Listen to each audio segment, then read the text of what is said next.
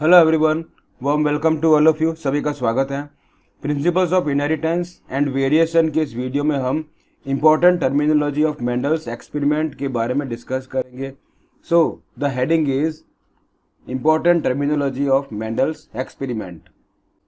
देखिए आपके सामने पी प्लांट के अंदर क्रॉस करने का एक स्टेप्स दिखाया गया है, जिसके अंदर ये पी प्लांट का फ्लावर है। इसके अंदर ये पेटल्स हैं, फिर स्टिग्मा, एंथर, स्टैमेन्स एंड कार्पल्स को दिखाया गया है।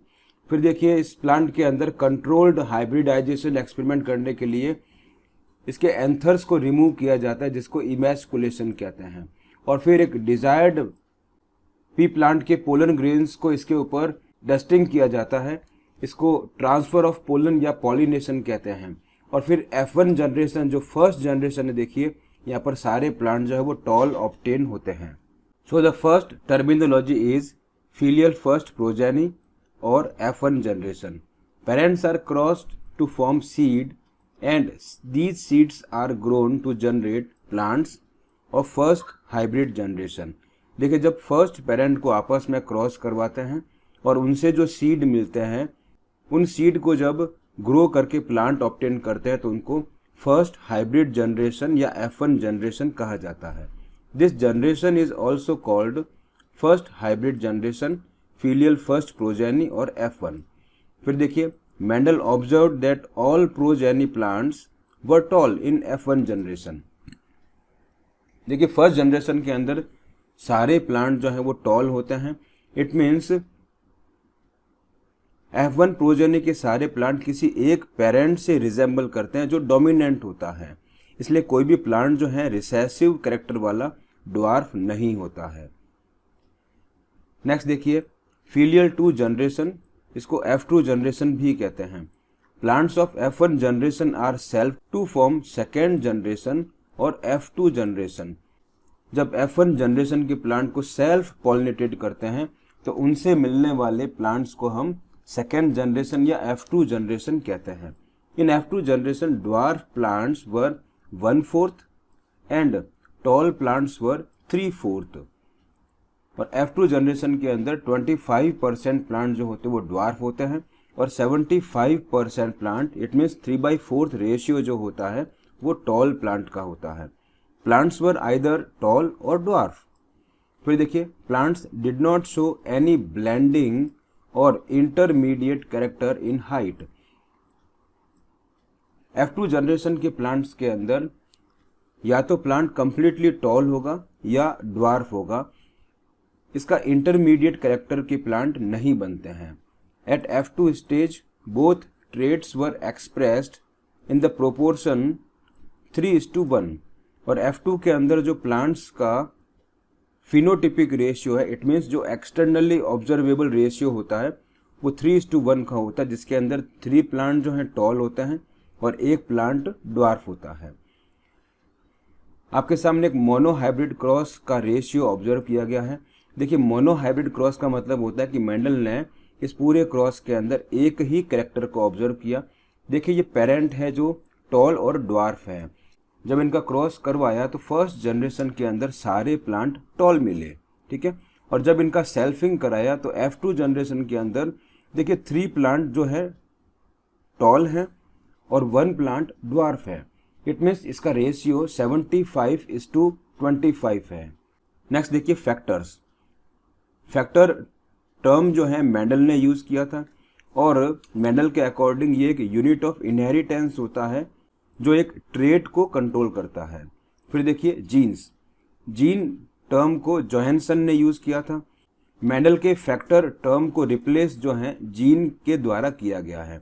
और जीन जो है एक यूनिट ऑफ इनहेरिटेंस होता है जो कैरेक्टर्स को पेरेंट से ऑफस्प्रिंग में लेके जाता है और इसके लिए गैमिट जो है इसमें हेल्प करते हैं। फिर देखिए एलिल्स और एलिलोमॉर्फ, यह टर्म जो है बैटसन ने दिया था। Gene which code for a pair of contrasting traits used by any form of gene similar T and small t, dissimilar जैसे T। फिर देखिए T and small t are alleles of each other. देखिए allelomorph term जो है Bateson ने दिया था, और जीन के अंदर एक पेयर में कॉन्ट्रास्टिंग ट्रेट मिलते हैं, जैसे कैपिटल टी, स्मॉल टी, ये जीन्स के वर्ड हैं और इनके अंदर आपको एलिल्स मिलेंगे। जैसे कैपिटल टी एक अकेला जो वर्ड है वो एलिल है, स्मॉल टी एक अकेला वर्ड जो है वो एलिल है, और इनसे आगे जीन्स का फॉर्मेशन होता है जो इन्फॉर्मेशन को, कैरेक्टर्स को पेरेंट से ऑफस्प्रिंग में ट्रांसफर करते हैं। नेक्स्ट देखिए गैमेट। ऐसे पेरेंट जो टॉल है या ड्वार्फ है वे अपने अंदर मियोसिस की हेल्प से गैमेट्स का फॉर्मेशन करते हैं। फिर देखिए allele of parental pair separate और segregate from each other to form gamete. अब देखिए एक जीन के अंदर आपको एलिल्स मिलते हैं और एक्चुअली सेपरेटेड एलिल जो होते हैं वो गैमेट बन जाते हैं, ठीक है। फिर देखिए example, gametes of tall plant is capital T. एक टॉल प्लांट जिसके अंदर दोनों एलिल कैपिटल टी होते हैं और जब एलिल सेपरेट होते हैं तो वो गैमेट बन जाते हैं, तो इसके अंदर कैपिटल टी एक ही टाइप का गैमेट बनेगा। ड्वार्फ प्लांट के अंदर गैमेट जो है वो स्मॉल टी बनेगा, बिकॉज इसके अंदर एक ही टाइप का एलिल प्रेजेंट होता है। और अगर हेट्रोजाइगस होता तो वहां पर कैपिटल टी और स्मॉल टी दो डिफरेंट टाइप्स के गैमेट बनते हैं। फिर देखिए homozygous, gene of individual contains identical alleles. ऐसे जीन जिनके अंदर दोनों एलिल सेम टाइप के होते हैं। जैसे देखिए अगर दोनों ही कैपिटल टी एलिल है तो इसको हम होमोजाइगस डोमिनेंट बोलेंगे, अगर दोनों ही स्मॉल टी है तो होमोजाइगस रिसेसिव बोलेंगे। फिर देखिए heterozygous, gene of individual contains two different allele. अगर दोनों एलिल अलग अलग होते हैं तो इसको हम हेट्रोजाइगस कहते हैं। फिर देखिए phenotype, these are observable characters which is a result of a gene expression. जब किसी प्लांट के अंदर हमें कैरेक्टर एक्सटर्नली ऑब्जर्व करने होते हैं तो ऐसे एक्सटर्नली ऑब्जर्वेबल कैरेक्टर को हम फिनोटाइप कहते हैं, और ये कैरेक्टर जो है आंखों से विजिबल होते हैं, जैसे प्लांट हाइट, ठीक है। फिर देखिए genotype, these are the genetic constituent of individual.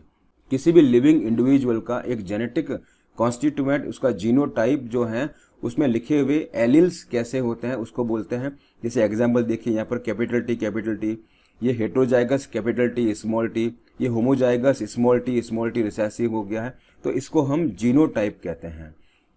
फिर देखिए dominant, it is a pair of alleles that can expressed in both homozygous and heterozygous condition.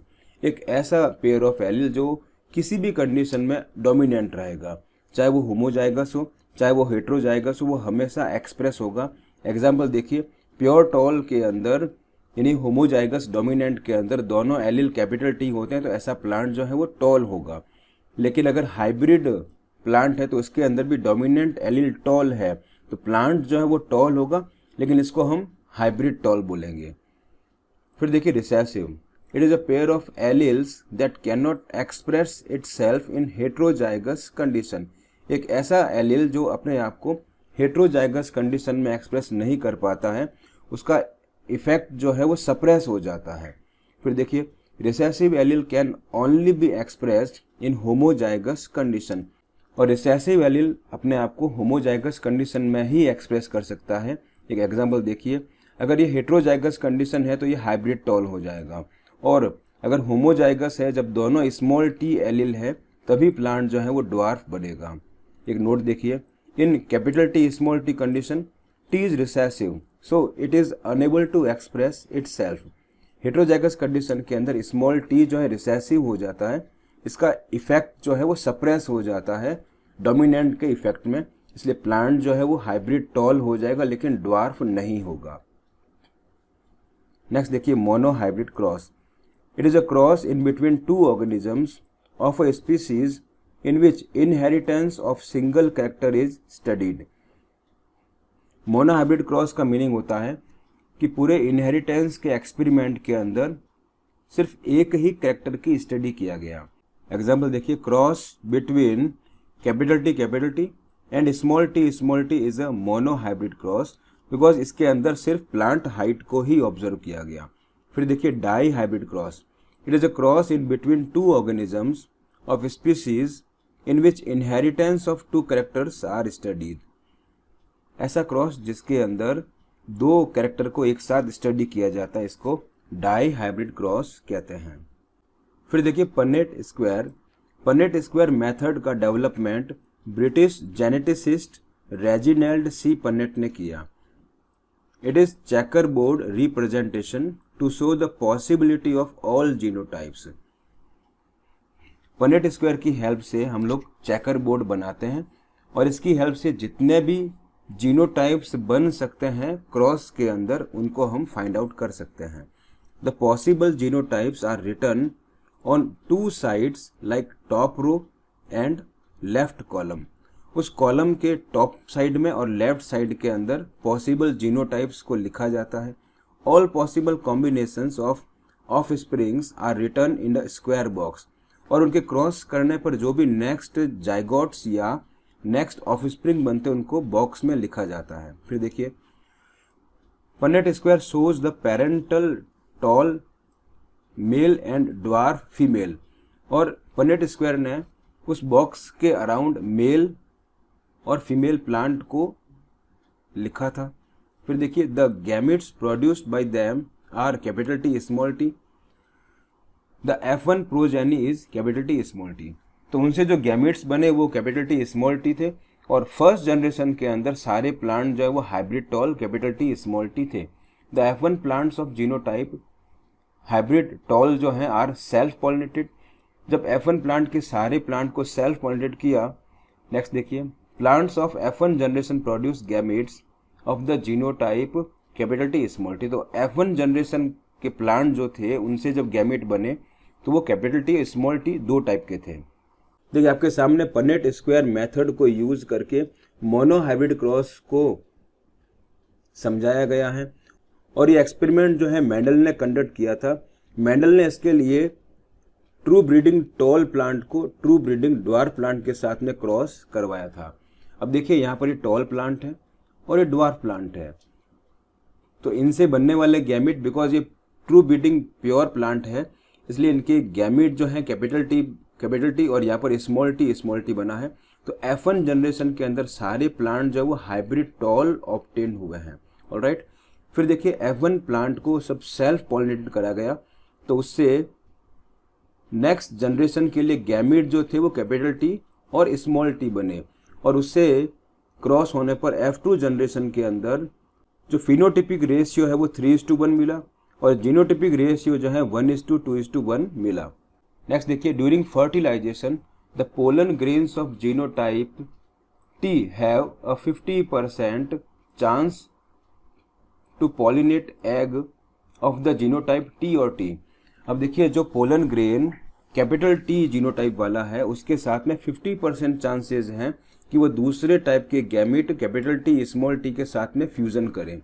Also pollen grains of genotype small t have a 50% chance of pollination egg of genotype capital T small t। तो देखिए दोनों ही type के gametes का आपस में fusion होने का chances जो होता है वो 50% होता है। As a result of random fertilization the resultant zygote can be of the genotype capital T small t और स्मॉल टी। इसलिए नेक्स्ट जनरेशन के लिए जो जाइगोट के रिजल्ट्स हैं वो या तो होमोजाइगस डोमिनेंट या होमोजाइगस रिसेसिव या हेट्रोजाइगस हो सकते हैं। It can be seen that 1/4 of random fertilization lead to homozygous dominant, half lead to the heterozygous and 1/4 to the homozygous. तो इस तरह से जो रेशियो बनता है वो 1:2:1 का रेशियो जीनोटिपिक बनता है। Thus, due to this dominance of one character over the other, that all F1 are tall। अब देखिए जब एक ट्रेट डोमिनेंट है दूसरे के ऊपर तो F1 के अंदर सारे के सारे प्लांट जो वो हेट्रोजाइगस या टॉल मिलते हैं। And in F2 generation 3/4 of plant are tall और F2 जनरेशन के अंदर 75% प्लांट या 3/4 प्लांट जो है वो टॉल मिलते हैं। फिर देखिए this leads to a phenotypic ratio of 3/4 tall 1/4 dwarf। इसलिए जो रेशियो बनता है वो 3:1 का बनता है, जिसमें 3 प्लांट जो टॉल होते हैं और 1 प्लांट जो है वो ड्वार्फ होता है। ठीक है, और फिर इसके कारण जीनोटिपिक रेशियो जो है वो 1:2:1 का ऑब्टेन होता है, जिसके अंदर 1 प्लांट जो है वो प्योर टॉल होता है, ये 2 प्लांट जो होते हैं ये हाइब्रिड टॉल होते हैं, और लास्ट में 1 प्लांट जो होता है ये ड्वार्फ होता है। नेक्स्ट देखिए ax + by होल स्क्वायर, इसका जो बाइनोमियल एक्सप्रेशन जो होता है वो इस तरह से 1/4 homozygous dominant, 1/2 heterozygous and 1/4 homozygous recessive होता है। और फ्रीक्वेंसी जो है गैमेट की वो हमेशा 50% रहती है। This expression can be solved by, जब इसको सॉल्व करते हैं तो देखिए 1/2 कैपिटल T 1/2 स्मॉल t का होल स्क्वायर जो होता है वो इस तरह से हम सॉल्व करेंगे तो लास्ट में हमारे पास में 1/4 homozygous dominant, 1/2 heterozygous and 1/4 homozygous recessive आएगा। नेक्स्ट देखिए wild and mutant allele. The allele that presents originally in population is called wild allele। ऐसे एलील जो ओरिजिनली या वेरी फर्स्ट पेरेंट होते हैं, जो ओरिजिनली प्रेजेंट होते हैं, उसको हम वाइल्ड एलील कहते हैं। इट इज़ डोमिनेंट, जो डोमिनेंट होते हैं, और मैक्सिमम पॉपुलेशन के अंदर ये प्रेजेंट होते हैं। फिर देखिए mutant allele is formed after mutation of wild allele.